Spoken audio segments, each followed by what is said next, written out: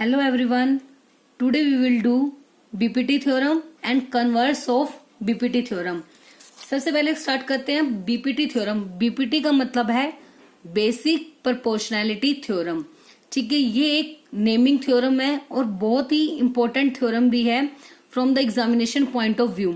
Exam में ये theorem by name भी आ सकती है कि state and prove BPT theorem. कि उस केस में आपको क्या करना पड़ेगा, जो ये स्टेटमेंट हमें गिवन है थ्योरम की, ये भी आपको खुद से राइट करनी होगी और उसके बाद उसको प्रूफ भी आपको करके दिखाना होगा. या हो सकता है कि आपको स्टेटमेंट गिवन हो और इसको प्रूव करने के लिए आपको बोला जाए, तो आपको इस थ्योरम की स्टेटमेंट भी ध्यान में रखनी है और साथ में इसका प्रूफ भी अच्छे से समझना है.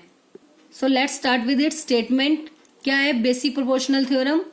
If A line is drawn parallel to one side of a triangle to intersect the other two sides are divided in the same ratio. कि क्या कहना चाह रहे हैं कि कोई भी एक लाइन है is drawn parallel to one side of a triangle. मतलब एक ट्रायंगल है हमारे पास. एक चीज क्लियर हो गई. जैसे देखो ये ट्रायंगल है, एक ट्रायंगल ले लिया मैंने ABC. अब ये कह रहे हैं एक ट्रायंगल के अंदर एक लाइन ड्रॉ की जाती है parallel to one side of a triangle. Suppose जैसे ये लाइन हमने ड्रॉ कर दी ट्रायंगल के इस साइड के पैरेलल. BC एक साइड है ट्रायंगल की, BC के पैरेलल हमने एक लाइन ड्रॉ कर दी डेट इज DE. ठीक है, ए लाइन इज ड्रॉन, वो लाइन है DE जो कि ड्रॉ की गई है parallel to one side of triangle. One side मतलब BC of triangle. To intersect the other two sides are divided in the same ratio. और जो ये लाइन पैरेलल ड्रॉ की है ना, वो बाकी की दो साइड्स को, बाकी की दो साइड कौन सी हैं, AB और AC, उसको D और E पॉइंट पे इंटरसेक्ट कर रही है. तो ये कह रहे हैं कि वो जो बाकी की दो लाइंस को इंटरसेक्ट कर रही है वो उन्हें सेम रेशियो में इंटरसेक्ट कर रही है. सेम रेशियो मतलब this by this equals to this by this. ये हमें दिखाना है कि AD बाय DB इक्वल होगा AE बाय में AC. देखो फिर से मैं आपको एक बार स्टेटमेंट बता देती हूँ. बेसिक प्रोपोर्शनल थ्योरम क्या होती है कि किसी भी एक ट्रायंगल में अगर हम ट्रायंगल की एक साइड के पैरेलल कोई एक साइड लेते हैं और वो साइड बाकी की दो साइड को सेम रेशो में डिवाइड करती है. दोनों साइड को सेम रेशो में मतलब ये पूरी लाइन थी, इसको इसने इस पार्ट पे इंटरसेक्ट कर दिया और इस लाइन को E पॉइंट पे इंटरसेक्ट कर दिया. तो उस केस में जो ये पोर्शन बच गए इनकी रेशो होगी सेम, मतलब AD बाय DB में इक्वल होगा AE बाय में EC. ठीक है, तो मेनली आपको ये कंसेप्ट भी ध्यान रखना है कि कभी भी ट्रायंगल में अगर कोई भी एक लाइन पैरेलल दी हुई है तो उनकी रेशियो कैसी हो जाएगी, इक्वल. क्योंकि जो हमारी नेक्स्ट एक्सरसाइज आएगी एक्सरसाइज 6.2 वो इसी BPT थ्योरम के ऊपर ही बेस्ड है. ठीक है, तो अब इसको हम प्रूफ कैसे करेंगे. तो सबसे पहले तो हम राइट करेंगे कि क्या गिवन है. हमारे पास क्या गिवन है, एक ट्रायंगल है ABC जिसमें जो DE है that is parallel to BC. Prove करना है AD बाय DB इक्वल है AE बाय में EC. अब इस थ्योरम को प्रूव करने के लिए हम कुछ कंस्ट्रक्शन करेंगे. क्या कंस्ट्रक्शन करेंगे, सबसे पहले जो B है उसको E पॉइंट से हम ज्वाइन कर देंगे. ज्वाइन कर देंगे क्या, B को E से. ठीक है, और C को D से हमने ज्वाइन करना है. सिंपली दोनों पॉइंट्स को हमने ज्वाइन कर दिया, B को E से एंड C को D से. उसके बाद एक कंस्ट्रक्शन और करनी है. E से लेके एक परपेंडिकुलर डाल दिया हमने किस लाइन के ऊपर, AB के ऊपर. यहां से इसके ऊपर मैंने एक परपेंडिकुलर ड्रॉ कर दिया और इस पॉइंट का नाम मैंने रख दिया N. ये क्या ड्रॉ किया, एक perpendicular. EN perpendicular on line AB. ऐसे D से परपेंडिकुलर डाल देंगे किसके ऊपर, AC के ऊपर.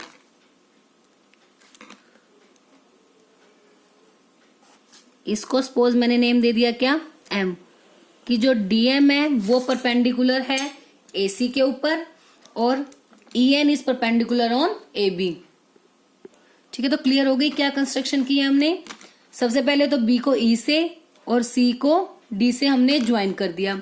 उसके बाद E से लेके N तक परपेंडिकुलर डाल दिया AB के ऊपर और DM परपेंडिकुलर ड्रॉ किया है हमने AC के ऊपर. तो कंस्ट्रक्शन हम यही राइट कर देंगे, join BE and CD and draw DM perpendicular on AC and EN on AB. तो अब हमें तो शो करना है क्या AD बाय में DB इक्वल दिखाना है हमने AE बाय में EC। तो एक सिंपल से कंसेप्ट से आप इसको मैं लेके चलेंगे हम, और उससे आपको अच्छे से क्लियर हो जाएगा क्वेश्चन। इसमें सिंपल सा एक कंसेप्ट यूज करना है, एरिया ऑफ ट्रायंगल। आपको पता है एरिया ऑफ ट्रायंगल क्या होता है, half into base into height. तो सबसे पहले लेके चलते हैं, हम बात करते हैं ट्रायंगल। हमें क्या साइड चाहिए, आप पहले ये देखो AD और DB। सबसे पहले ये साइड चाहिए। AD कौन से ट्रायंगल में आ रही है, ADE। AD ट्रायंगल में आ रही है हमारे पास AD लाइन, और हमें चाहिए DB। DB कौन से ट्रायंगल में आ रही है, DBE में आ रही है। तो हम एरिया निकालेंगे किसका, ट्रायंगल ADE का और ट्रायंगल DBE का। अब आप एक चीज और ध्यान दो, जो ट्रायंगल ADE है उसके अंदर दो परपेंडिकुलर्स हैं। अगर ट्रायंगल के अंदर दो परपेंडिकुलर हैं तो उसके अंदर बेस भी 2 होंगे। मान लो अगर मैं बात करती हूँ EN परपेंडिकुलर की, अगर EN परपेंडिकुलर है उस केस में जो बेस है वो क्या है, AD है, ठीक है। और अगर मैं परपेंडिकुलर की बात करती हूँ DM, तो बेस हमारा क्या हो जाएगा उस केस में, AE हो जाएगा। और कोई भी ट्रायंगल है उसका एरिया हम किसी भी मेथड से निकाले, ऑलवेज एरिया तो कैसा आता है, सेम आएगा। तो हम दोनों को एक एक बार यूज करेंगे, क्योंकि जब हमें साइड चाहिए AD, उसके लिए भी ट्रायंगल चाहिए हमें ADE। सेकंड हमें जब साइड चाहिए AE, तो उस केस में भी हमें ट्रायंगल कौन सा चाहिए, ADE, ठीक है। तो स्टार्ट करते हैं हम इसको। तो सबसे पहले लेके चलते हैं ना एरिया ऑफ ट्रायंगल, कौन सा ट्रायंगल का एरिया लेके चलते हैं, ADE, ठीक है। अब ADE के केस में हमें AD चाहिए ना, तो इसलिए मैं बेस कौन सा लूंगी, AD। बेस AD लूंगी तो उस केस में हाइट कौन सी हो जाएगी, EN। अंडरस्टूड है। तो एरिया ऑफ ट्रायंगल होता है half into base into height, ठीक है। Half as it is base. ADE के केस में हमें सबसे पहले में इस रेशो को हमने लेना है। तो AD के लिए लिया मैंने ट्रायंगल ADE, तो AD तो मुझे लेना ही है। तो डेट मीन्स ये एक बेस है जिसके ऊपर एक परपेंडिकुलर कौन सा आ रहा है, EN। तो बेस अगर मैं AD ले रही हूं तो हाइट कौन सी हो जाएगी उस केस में, EN। इसको मैंने नाम दे दिया इक्वेशन नंबर 1। अब उसके बाद नेक्स्ट चाहिए हमें DB। तो DBE ट्रायंगल अब हम लेके चलते हैं। Now area of triangle DBE same half into base into height, half into base into height. तो इस केस में बेस कौन सा होगा, अब देखो जो हमने परपेंडिकुलर डाला था EN, वो तो पूरी लाइन के ऊपर है। तो पूरी लाइन के लिए इस पूरी लाइन पे हम कोई भी पोर्शन उठा ले, तो उस केस में जो हमारा परपेंडिकुलर होगा, जो हमारा परपेंडिकुलर होगा वो कौन सा होगा, EN ही तो रहेगा। देखो मान लो आप, हमारे पास ट्रायंगल कई तरह के होते हैं। एक राइट एंगल ट्रायंगल होता है, वो इस टाइप का एंगल होता है। और एक मान लो ऑब्ट्यूज एंगल ट्रायंगल मैं बनाती हूँ, वो ऐसा ट्रायंगल होगा। और ऑब्ट्यूज एंगल ट्रायंगल के अंदर अगर हमें 90 डिग्री का एंगल बनाना हो तो हम कैसे बनाते हैं, यहाँ से एक स्ट्रेट लाइन हम ड्रॉ करते हैं, और उस केस में इस एंगल को हम इस साइड को हम क्या कर देते हैं, एक्सटेंड कर देते हैं। तो ये हमारा क्या बन जाता है, 90 डिग्री का एंगल। तो यहाँ पे यही केस आपका इस टाइप से बन रहा है। आप इसको एक ऑब्ट्यूज एंगल ट्रायंगल के केस में बोल सकते हो क्योंकि अगर आप ऐसा सोचो कि ट्रायंगल तो हमारा ये बन रहा है, ये वाला, बट एंगल जो 90 डिग्री का एंगल है वो तो बाहर की साइड है।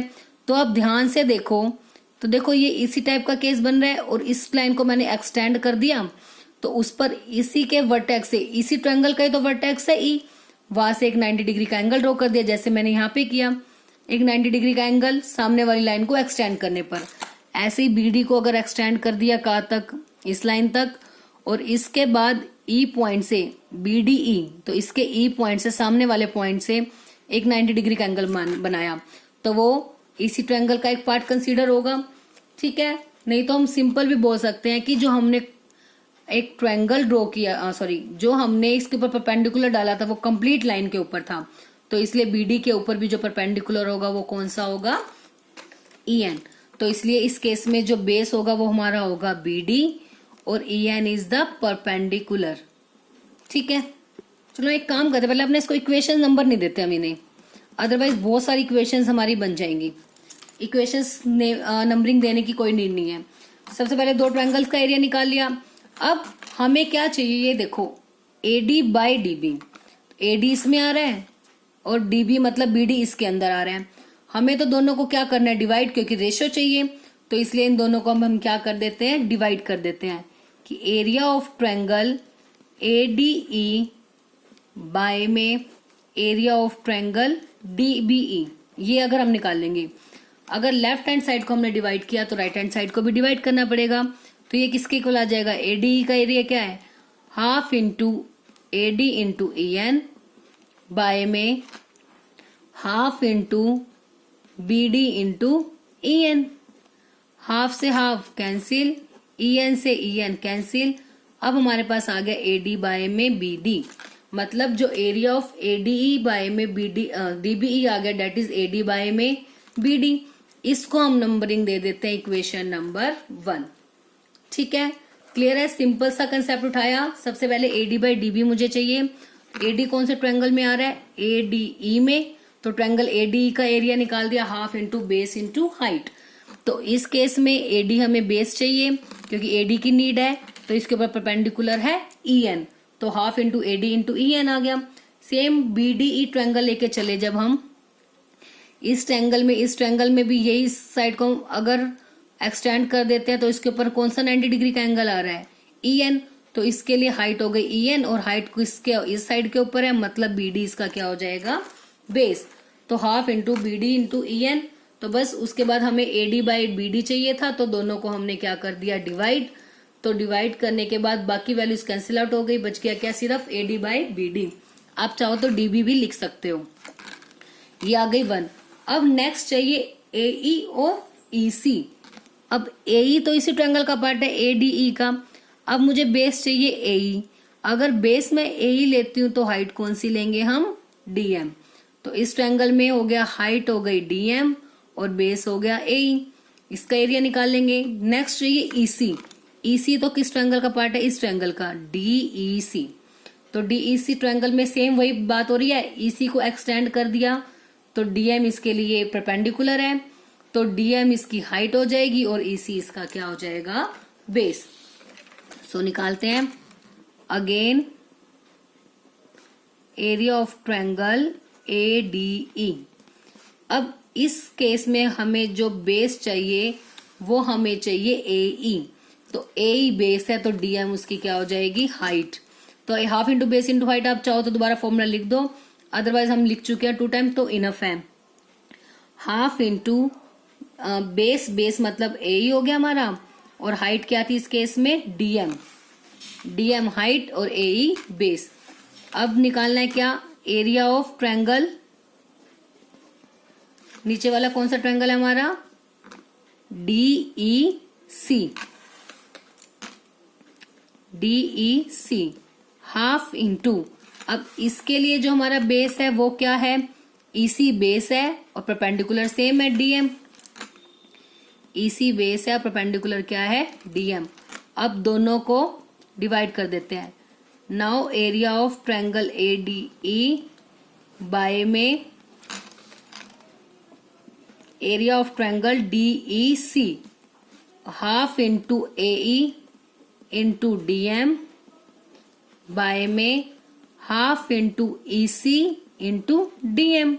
दोनों की वैल्यूज लिख दी, हाफ से हाफ कैंसिल, DM से DM कैंसिल, क्या बच गया हमारे पास, AE बाय में EC। This is equation number 2। अब देखो हमें प्रूफ क्या करना था, AD बाय BD इक्वल आ जाए AE बाय EC। तो दोनों इक्वेशन की राइट साइड को हमें इक्वल प्रूफ करना है। राइट साइड इक्वल कब होगी, जब उनकी लेफ्ट साइड इक्वल होगी। अब लेफ्ट साइड को देखो, AD ऊपर वाला पोर्शन सेम है बट डिनोमिनेटर सेम नहीं है। अगर डिनोमिनेटर इक्वल आ जाए आपस में, ध्यान से देखो, जो 1 और 2 को हमें जो राइट हैंड साइड है उसको इक्वल प्रूफ करना है। ये दोनों इक्वल तब होंगे जब उनकी लेफ्ट हैंड साइड इक्वल हो जाएगी। लेफ्ट हैंड साइड का जो न्यूमरेटर वाला पार्ट है वो हमारा इक्वल है, सेम ही तो है ADE, बट डिनोमिनेटर वाला पार्ट इक्वल नहीं है। तो अगर किसी तरह से हम इन दो ट्रायंगल को इक्वल दिखा दें, इनका एरिया डीबीई का एरिया डीईसी के एरिया के इक्वल अगर हम दिखा देते हैं, तो उस केस में हम क्या कहेंगे, जैसे डिनोमिनेटर का एरिया इक्वल आ गया तो उसकी लेफ्ट हैंड साइड भी सेम, तो लेफ्ट हैंड सेम होते हैं उनकी राइट हैंड कैसी आ जाएगी, सेम। तो डीबीई और डीईसी मतलब ट्रायंगल ये वाला और ट्रायंगल ये वाला, इनका एरिया इक्वल दिखाना है। अब आपको अगर ध्यान में हो कि 9th क्लास में हमने एक थ्योरम की थी कि कोई भी दो ट्रायंगल अगर सेम बेस पर बने हुए हैं, कोई भी दो ट्रायंगल अगर सेम बेस पे बने हुए हैं और दो पैरेलल लाइंस के बीच में हैं, तो उनका एरिया हमेशा इक्वल होता है। अब यहाँ पे ये दो ट्रायंगल की बात कर रहे हैं हम, B D E C D E, दोनों सेम बेस पर बने हुए हैं, डीई दोनों का बेस सेम है और दोनों पैरेलल लाइन के बीच में है। देखो पैरेलल लाइन तो है डीई और बीसी, तो इन्हीं के बीच में ही तो पूरे हो रहे हैं ये। तो इसीलिए कोई भी दो ट्रायंगल अगर वो पैरेलल लाइंस के बीच में है और सेम बेस पे है तो उनका एरिया क्या होता है, इक्वल। सो बस यही लिखते हैं अब, now triangle DBE and triangle DEC are on the same base, same base कौन सा था, डीई बेस पे थे दोनों। एंड ये रीजन देना मस्ट है, इसको आपने जरूर राइट करना है। एंड बिटवीन पैरेलल लाइंस, कौन कौन सी पैरेलल लाइंस थी, DE and BC, DE and BC. So therefore इन दोनों ट्रायंगल्स का एरिया कैसा आ जाएगा, इक्वल, कि जो DBE है, therefore area of triangle DBE equals to area of triangle DEC। जैसे ही दोनों ट्रायंगल सेम बेस पे हो गए, बिटवीन सेम पैरेलल लाइंस हो गए, तो उस केस में दोनों का एरिया कैसा आ गया, इक्वल। इसको मैंने नाम दे दिया इक्वेशन 3। अब देखो इस हमारी जो फर्स्ट इक्वेशन थी ADE बाय में DBE था, और अब ये दोनों आपस में इक्वल हो गए, तो DEC के प्लेस पर हम लिख सकते हैं DBE। तो दोनों की लेफ्ट साइड इक्वल होगी तो राइट साइड भी कैसी हो जाएगी, इक्वल। तो हम सिंपल सा लिखेंगे फ्रॉम इक्वेशन 1, 2 एंड 3। तो हमारे पास क्या आ गया, इक्वल AD बाय में BD, या DB लिख रही हूं मैं इसको, AD बाय में DB equals to AE by में EC। यही हमने प्रूफ करना था। ठीक है, क्लियर है। इन शॉर्ट फिर भी एक बार मैं आपको अगेन बता देती हूँ। हमारे पास था एक ट्रायंगल और उसमें बोला गया था कि जो DE साइड है वो पैरेलल है BC के, और प्रूफ करना था AD बाय DB इक्वल होगा AE बाय में EC। तो हमने इसके लिए क्या किया, कंसेप्ट यूज किया एरिया ऑफ ट्रायंगल का, कि एरिया ऑफ ट्रायंगल हमें पता है half into base into height होता है। तो इसके लिए हमने सबसे पहले कंस्ट्रक्शन की कि B को E से ज्वाइन किया, C को D से, और DM परपेंडिकुलर डाल दिया AC के ऊपर और EN परपेंडिकुलर ऑन AB के ऊपर। तो बस हमें चाहिए सबसे पहले AD बाय DB। AD किस ट्रायंगल में है, ADE में, तो इस ट्रायंगल का एरिया निकाल दिया, half into base into height. अगर बेस AD है तो हाइट होगी EN। फिर BDE ट्रायंगल में बेस अगर BD है तो इस ट्रायंगल लाइन के ऊपर परपेंडिकुलर कौन सा है, EN, तो half into BD into EN, तो सॉरी EN हो गया। उसके बाद दोनों को हमने डिवाइड कर दिया, तो वहां से हमारी एक रेशो आ गई AD बाय BD। अब सेकंड रेशो चाहिए हमें AE बाय में EC। AE आएगी किस ट्रायंगल से, ADE। तो उस केस में जब बेस AE है तो DM उसका परपेंडिकुलर हो गया, तो half into AE into DM, इस ट्रायंगल का एरिया आ गया। अब ट्रायंगल का एरिया चाहिए DEC, क्योंकि हमें अब चाहिए EC। अब EC बेस है तो उसके लिए परपेंडिकुलर कौन सा है, DM। तो नोट करके फिर से इन दोनों को हमने अब डिवाइड कर दिया, तो सेकंड रेशो आ गई। अब फर्स्ट और सेकंड इक्वेशन में जो हमारी रेशो है उसको हमें इक्वल दिखाना है, मींस राइट साइड को हमें इक्वल दिखाना है। राइट साइड इक्वल तब होगी जब उनकी लेफ्ट साइड इक्वल होगी। तो लेफ्ट साइड में न्यूमरेटर पार्ट इक्वल है तो डिनोमिनेटर पार्ट को हमें इक्वल प्रूफ करना पड़ेगा। और जो डिनोमिनेटर पार्ट है वो है हमारे ये दो ट्रायंगल DBE और DEC। अब ये दोनों का एरिया इक्वल होगा, क्यों होगा? क्योंकि दोनों सेम बेस पर हैं और बिटवीन पैरेलल लाइंस हैं। तो बस जैसे ही डिनोमिनेटर वाला पार्ट भी इक्वल हो गया तो हमने कहा कि तीनों इक्वेशन से जो उनकी राइट साइड थी वो भी कैसी हो गई? इक्वल। और यही हमें प्रूव करना था। Now next, converse of BPT. Converse का मतलब है उसका अपोजिट, कि जो कंडीशन बीपीटी में हमें गिवन थी अब वो हमें प्रूव करनी है, जो प्रूव करना था वो हमें गिवन है। मतलब क्या है, अब इसमें हमें इसमें गिवन है कि रेशो इक्वल होगी तो हमें लाइंस को पैरेलल प्रूफ करना है। तो बस स्टेटमेंट पढ़ते हैं। If A line divides any two sides of a triangle in the same ratio, कि कोई भी एक लाइन अगर किसी भी ट्रायंगल की टू साइड्स को सेम रेशो में डिवाइड करती है तो वो लाइन पैरेलल होगी थर्ड साइड की। जैसे हमने कह दिया जो डीई साइड है वो इन दो साइड को सेम रेशो में डिवाइड करती है, तो DE is parallel to third side मतलब बीसी। तो उसका अपोजिट हो गया ना, उसमें ये कंडीशन हमें प्रूव करनी थी और ये कंडीशन गिवन थी। तो बस अब इसमें गिवन है रेशो इक्वल है, प्रूव करना है कि लाइंस आर पैरेलल। तो इसको हम ना कॉन्ट्राडिक्शन वाले पार्ट से करेंगे। ना कॉन्ट्राडिक्शन वाला मेथड मतलब कि हमने क्या प्रूव करना है, डीई पैरेलल है बीसी के। हम लेट करके चलेंगे कि डीई पैरेलल नहीं है बीसी के, ठीक है। फिर लास्ट में जाके हम अपनी बात को कॉन्ट्राडिक्ट कर देंगे कि हमने जो अज्यूम किया था वो रोंग है। तो सबसे पहले हम लेट कर लेते हैं।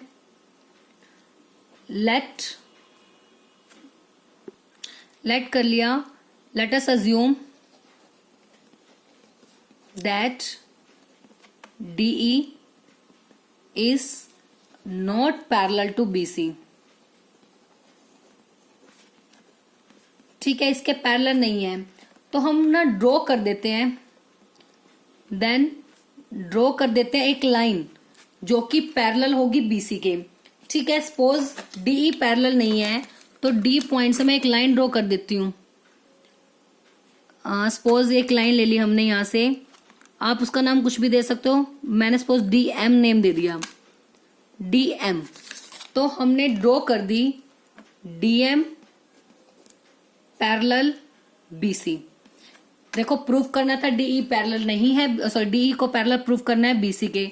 हमने अज्यूम कर लिया कि नहीं DE BC के पैरेलल नहीं है। तो जब DE पैरेलल नहीं है तो हमने एक लाइन ड्रॉ कर दी DM जो कि पैरेलल है BC के। अब जैसे ही DM BC के पैरेलल आ गई, अभी हमने बीपीटी थ्योरम करी है कि किसी भी ट्रायंगल में अगर कोई एक लाइन पैरेलल है एक लाइन के, मतलब उसकी ट्रायंगल के एक साइड के पैरेलल है, तो वो उन बाकी की दो लाइंस को सेम रेशियो में डिवाइड करती है। मतलब AD बाय में DB इक्वल होगा AM बाय में MC। देयरफॉर जैसे ही DM पैरेलल हो गई BC के, सो AD बाय में DB equals to AM by में MC by BPT, basic proportional theorem. ठीक है, BPT से हो गया ना कि ये लाइन पैरेलल है तो उसको सेम रेशियो में डिवाइड करेगी। अब बट हमें गिवन क्या है, AD by DB that is equal to AE by में EC। ये कंडीशन तो हमें गिवन है। इसको इक्वेशन नंबर 1, इसको इक्वेशन नंबर 2। अब फ्रॉम इक्वेशन 1 एंड 2 से देखो क्या कंक्लूजन निकल रहा है। फ्रॉम 1 एंड 2 दोनों की लेफ्ट हैंड साइड सेम है। Left hand side is equal, therefore right hand side is also equal.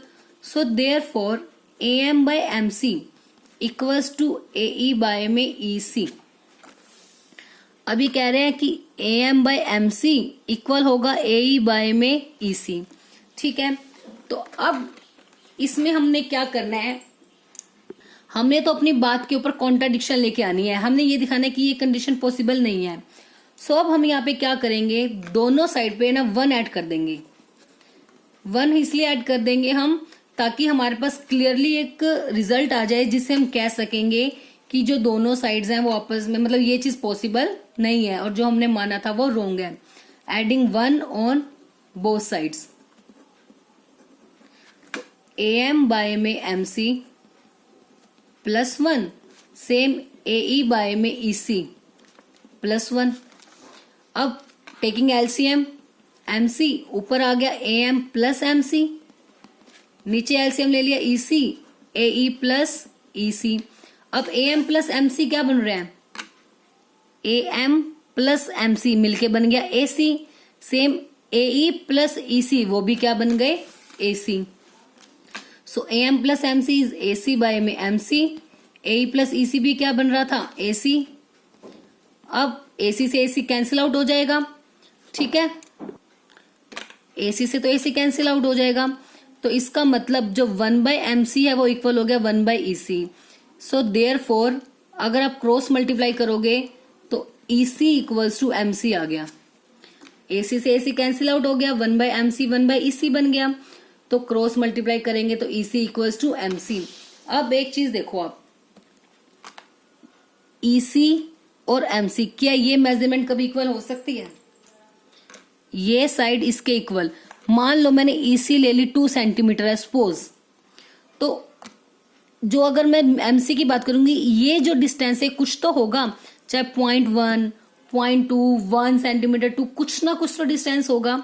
तो CE और CM कभी इक्वल तो आ ही नहीं सकते। ये दोनों इक्वल कब होंगे, अगर मैं कहूंगी M पॉइंट कोई है ही नहीं, M पॉइंट कोइंसाइड कर जाए किस पॉइंट के साथ, E के साथ, मतलब DM कोई अलग साइड ना होके जो DM साइड है वो DE के ऊपर ही आ जाए, तब हम कह सकते हैं हाँ ये डिस्टेंस इक्वल है। अदरवाइज तो ये पॉसिबल है ही नहीं। तो बस यही हमारी क्या हो गई कॉन्ट्राडिक्शन की, जो हमने अलग से कोई पॉइंट M माना था वो रॉन्ग हो गया, तो जो हमारी अजम्पशन थी वो रॉन्ग हो गई। इसका मतलब DE किसके पैरेलल है, BC के। तो इसमें बस ये राइट करेंगे, इट इज पॉसिबल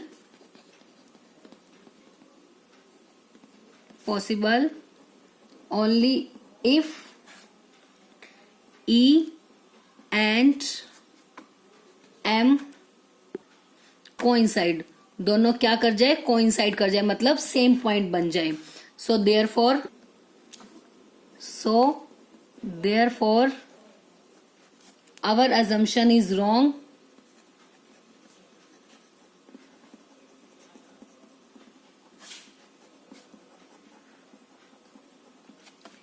हेंस जो हमारी साइड थी DE वो पैरेलल हो जाएगी BC के। बस यही हमें प्रूफ करना था।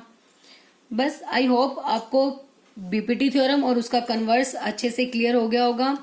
जो BPT थ्योरम है वो आपको बहुत अच्छे से करनी है, बहुत ही इंपॉर्टेंट थ्योरम है वो, एग्जाम में भी थ्योरम आपकी आ सकती है ये, तो आपको इस थ्योरम को बहुत अच्छे से करना है। और इसी पर बेस्ड हमारी पूरी एक्सरसाइज 6.2 है जो हमारी हम नेक्स्ट वीडियो में सॉल्व करेंगे।